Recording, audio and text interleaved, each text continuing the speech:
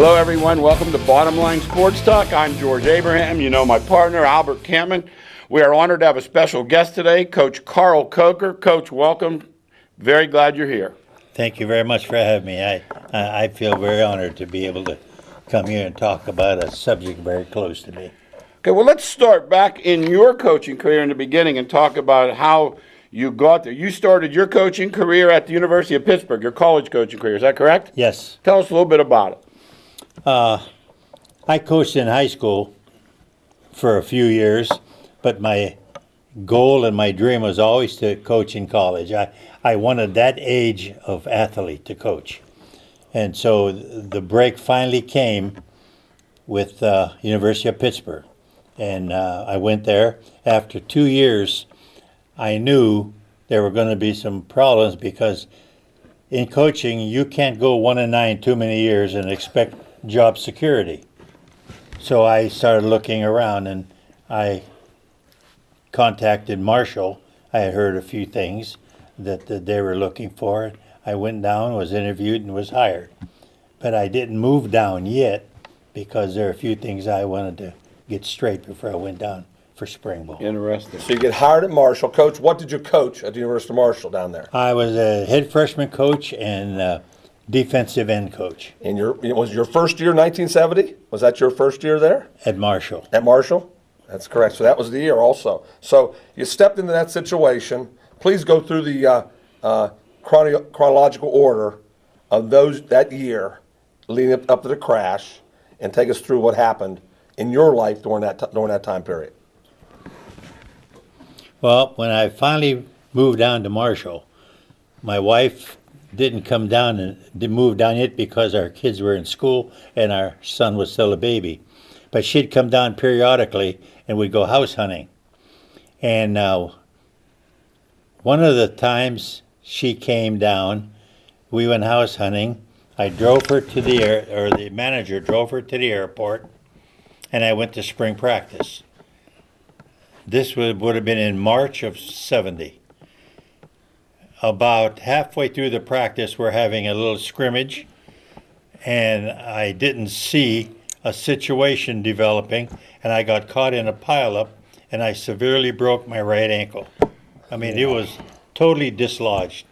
And so they rushed me to the hospital, and they operated right then and there. And then I was invalidated for quite a while.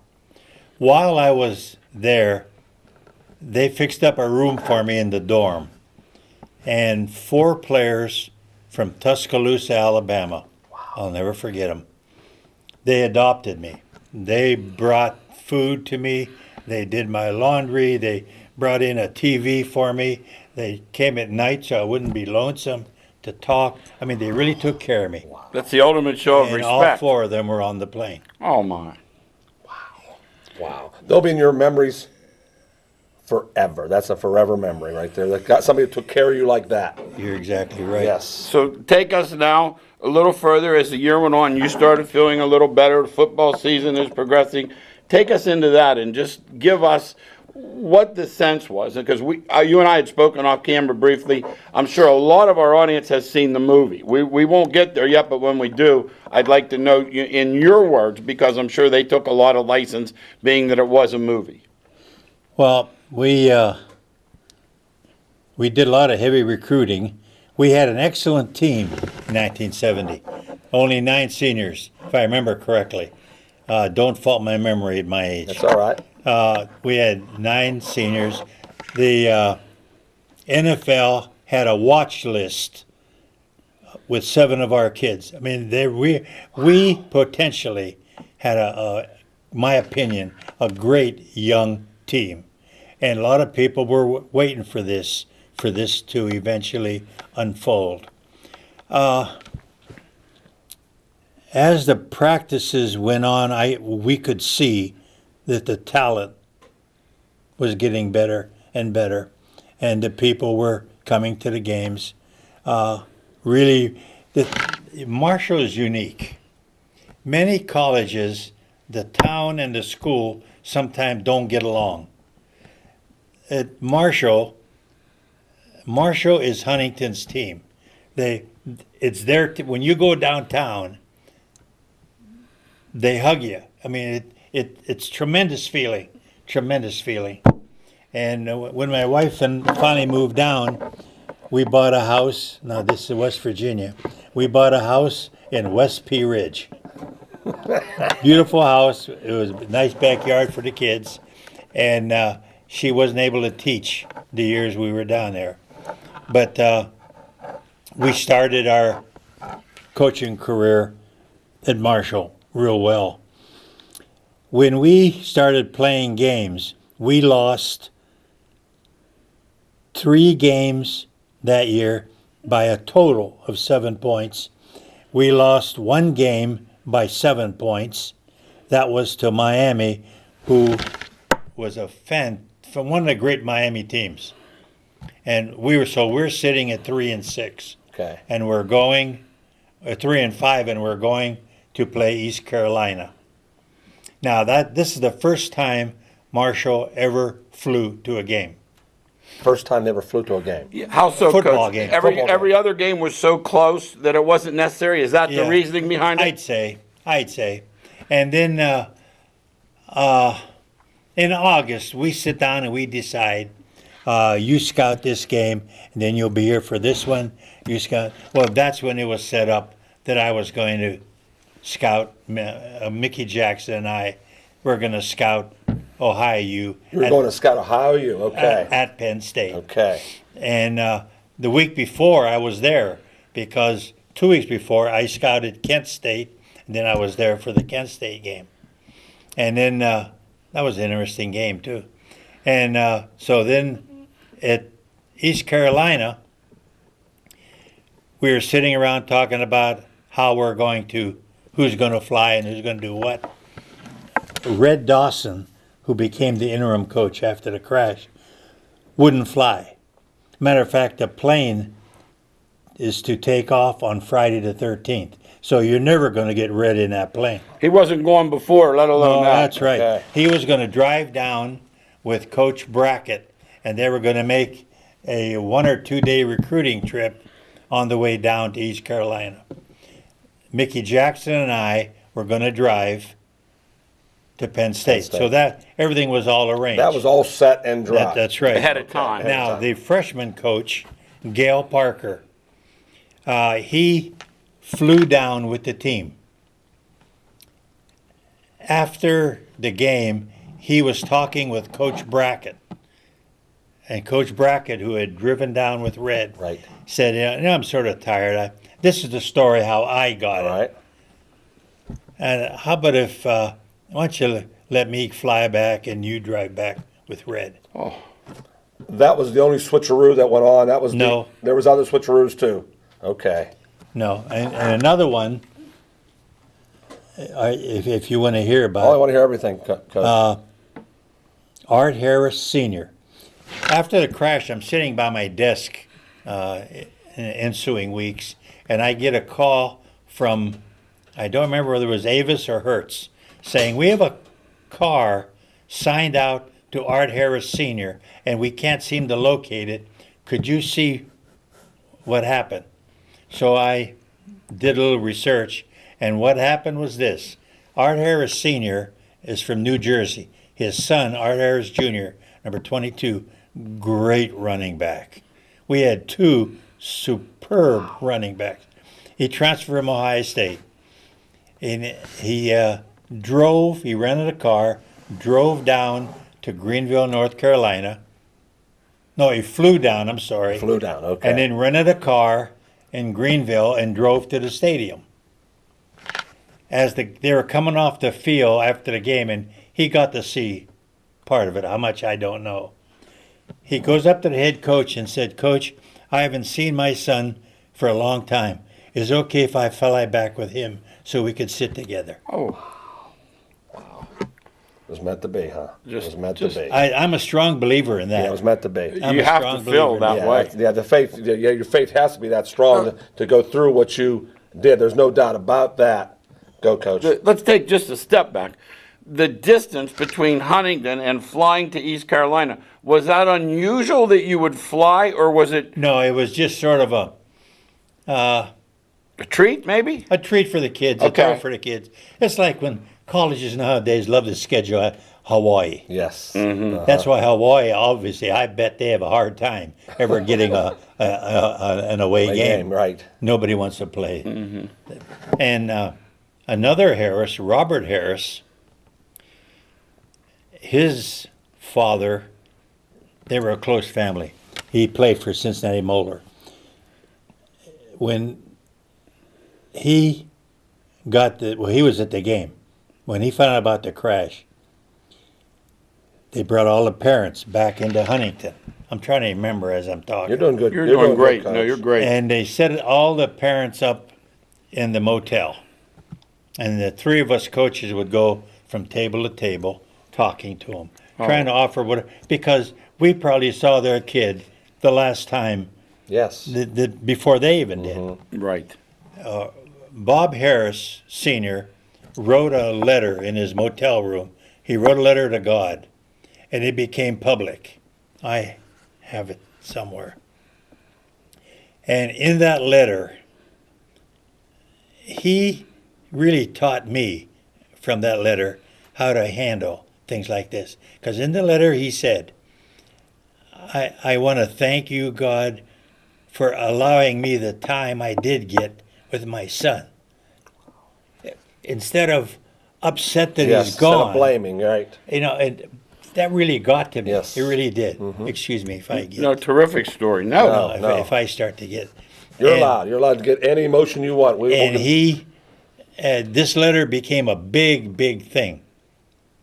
Because after the game, when Bob Harris Jr. is walking off the football field, the father and all the relatives were there. They said, Bob, how about riding back with us? Driving back. He said, no, I want to stay on the plane and be with my buddies. Another Another thing right there. twist. Oh, right there. I could go on and on with. Right. Yeah, a lot of twists. That's a good word because fate is, Definitely God's intervened, fate. yeah. For some reason, the Yes. words come out of their mouths to make decisions. We make decisions every day in our life that seem so unimportant, like these, Right. but yet they were important. Life changing. That was just important. That's life changing. Yeah. Tell us, Coach, as you're going through this, then exactly how you found out about it. Exactly what where were you at?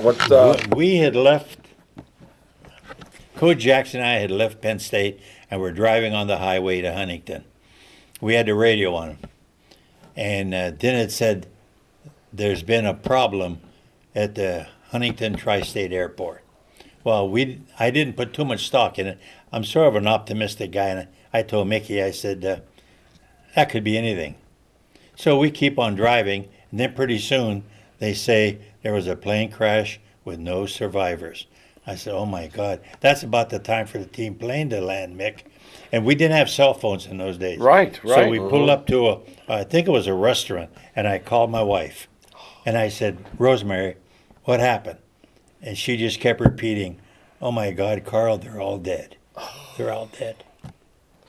I had chills. I have chills. That's a chill one. That's a chill one. So you had to continue driving home Yeah. in that emotional state.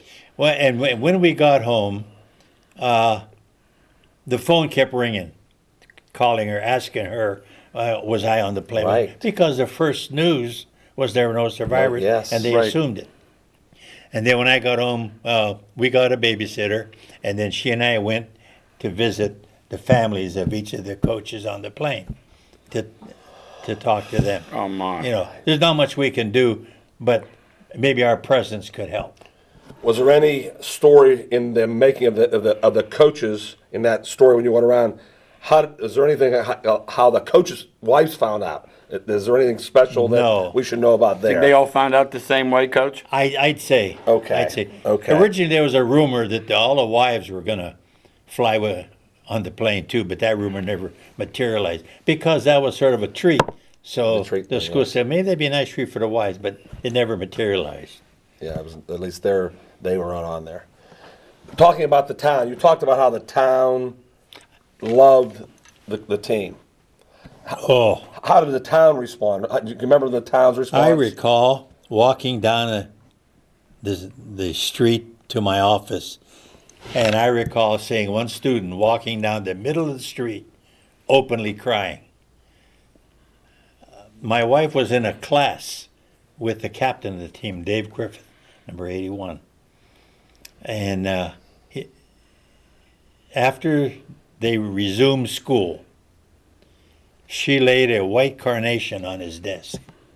Now, campus is full of flowers, but the media wanted to know about the one flower. The white carnation. Huh? And I have in the scrapbook, it talks about the white carnation. Oh, that's tremendous. Well, the relationship there, how about Marathon Oil in the relationship to the university? Were there strong ties there also? I can't answer. You're not, That would be something that would have to go through who would know would be the head coach and athletic director. as far as I wouldn't monies know. and things like that, donations All or assistants whatever. ever do is coach and recruit. Coach and recruit. What airline? Do you remember what airline they were on? What It was a DC-9 Southern Airlines. Southern Airline, DC-9 Southern Airline. Matter of fact, that team had just finished flying the Alabama football team, I forgot, home or away to somewhere. They sort of shuttle that way. And They were taking all kind of teams, different places. yeah, You're saying. sure. and the pilot for this flight never landed at the Huntington Airport. Huntington Airport is in an odd place. It's on the top of a mountain with higher mountains around it and high trees. So it's not easy. You're saying it's not an easy Well, landing. it's a little tougher than most, Okay. in my opinion. Okay. And there was a 100-foot ceiling because it was a rainy, gloomy night. Fog, a lot of There's a fog. 100-foot ceiling, and the trees were approximately 60 to 70 feet high. So there was a hole, maybe 30 or 40 feet, that the pilot had to make it through to land. And I don't know exactly what happened. I don't think anyone there will ever know. But the story was that he came in too low, and the trees tore the tail off the plane, and it cartwheeled into the side of the mountain Right. below the runway. Whether he could have still landed it, I Right. don't know. How far is that airport from the football stadium itself? Is it within 10 miles? Is it I'd say yes. okay? So it's really close by. So the whole town. Because I used to go there to pick up recruits or take recruits there to fly out. And now they had an armory there for the Air Force Reserve units. And they made that armory into a morgue. And they put all the parts of the body they could find. And then they would bring in people who could identify bodies from the government, from the state, and local. And the coaches went in, I was going to go in, and Red Dawson stopped me.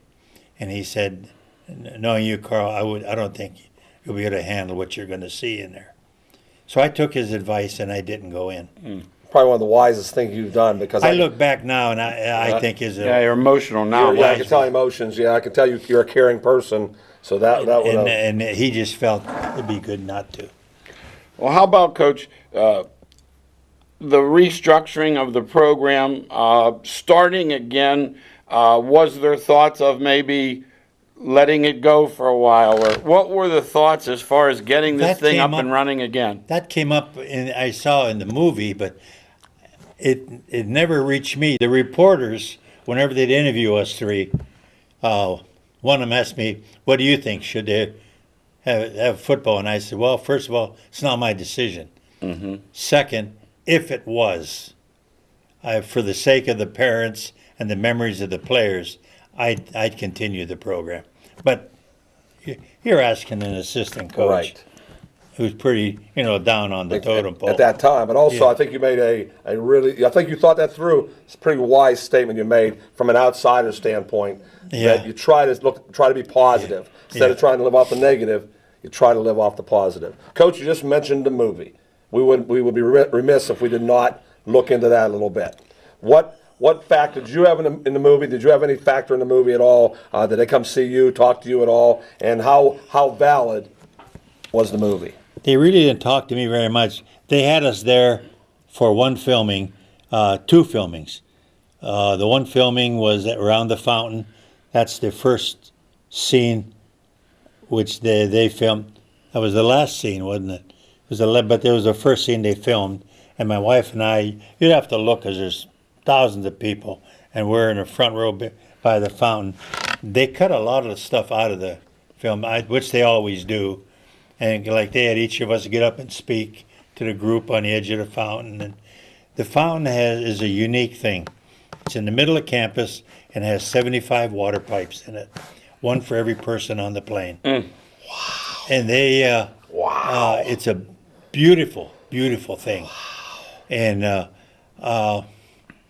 they filmed the football game, the upset victory over Xavier, in Huntington or in Atlanta, because they found a stadium, Morris Brown College, whose stadium was almost identical to the original stadium in Marshall, because that one's gone now. Mm-hmm. I think it's a housing development or something now. Time marches on. Right. And they had my wife and I go there. We went to the wardrobe. The director took us to the wardrobe, and I asked them, I said, what's all this? And they said, Coach, these are 1970s clothes. And I says, heck, I've got a closet at home that is all full of 1970s clothes. All you do is tell me. Call you could have given the whole wardrobe. But I'll say this, I saw the movie, and from the socks to the coaching shorts, they nailed that part. Yeah, they nailed that part. Yeah, those shorts were the shorts that we wore. The short shorts. Exactly, the short shorts. Yeah, no. They were knit. Then when we walked in the stadium, my wife and I, the director, said, Coach, I want you to meet some people. So he called these two men over, and he said, Coach Koker, Rosemary Koker, this is Matthew McConaughey, this is Matthew Fox. So we shook hands. Now, I didn't know Matthew Fox. Okay. So I said very stupidly, I said, well, what'd you say your name was? He said, Matthew Fox. And I said, well, what do you do?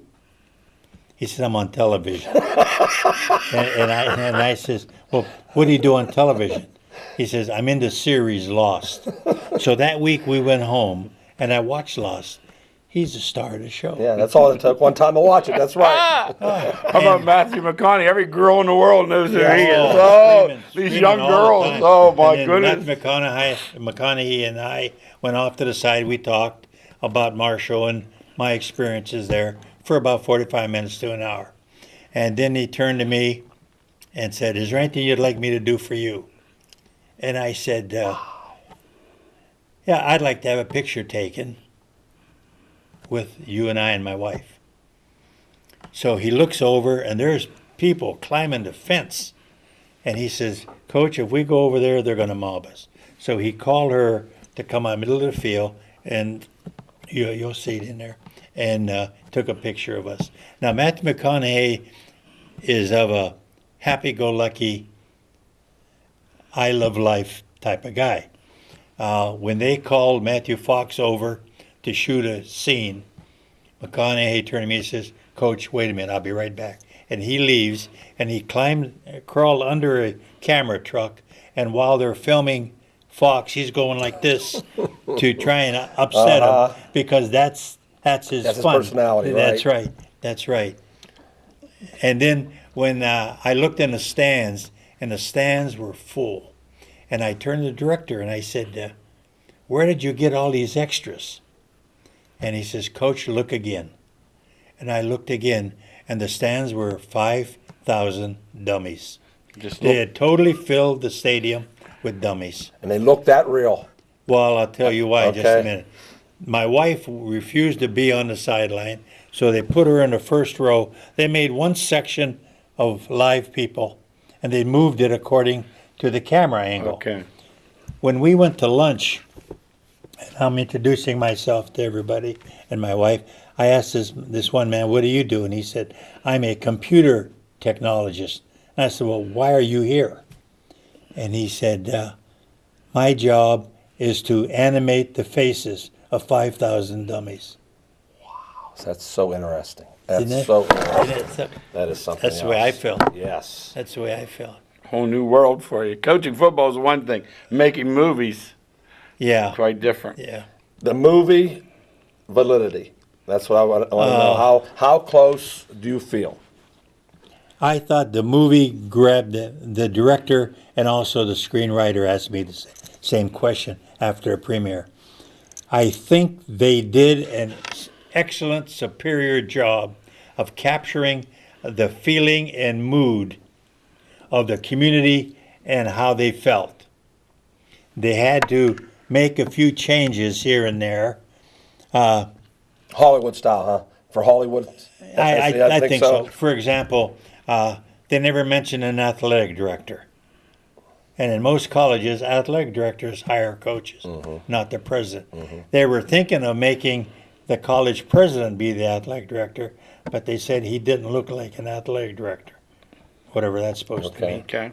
And this NCAA waiver for freshmen, that was a biggie. That was important because So they hit that one on the nail on the head. right on the nose. Okay. I believe in the movie he went to Kansas City. The coach went to Kansas City, I thought. that I don't know. Right.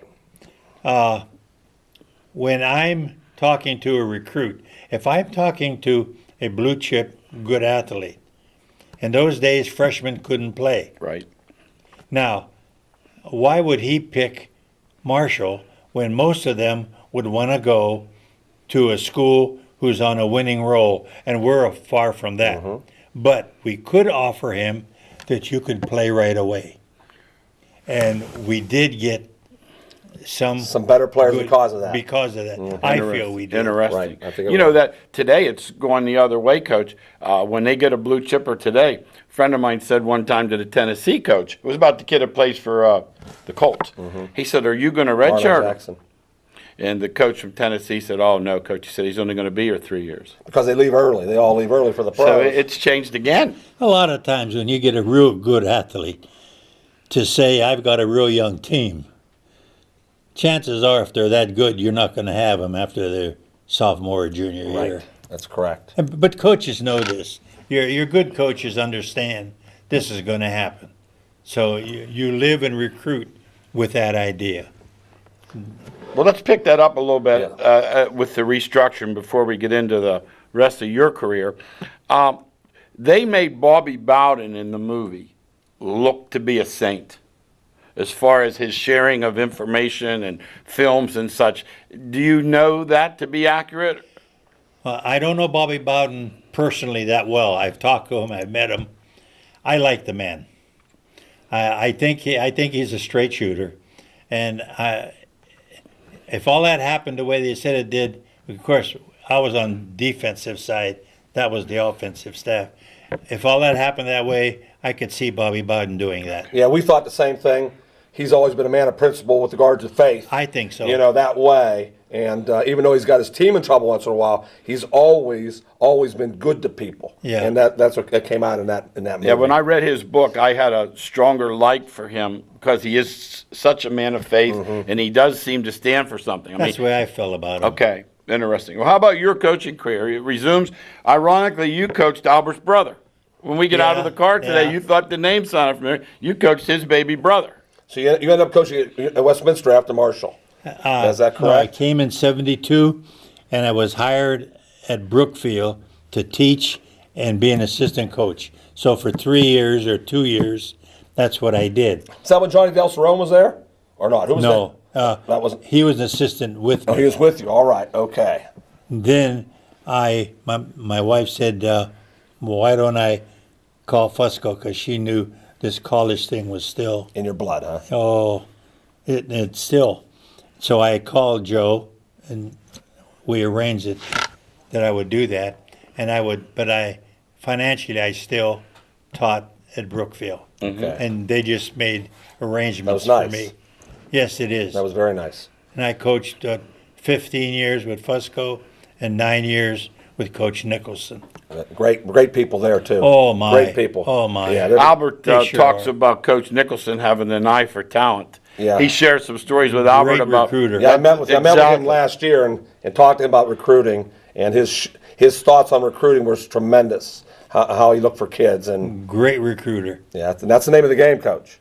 That's the name of the game. There's a lot of great coaches out there go 0-10 because they can't get players. A lot of games are won in March and April. That's a great That line. is true. Coach, to finish up our great talk here with you on Marshall. Let's go back to that.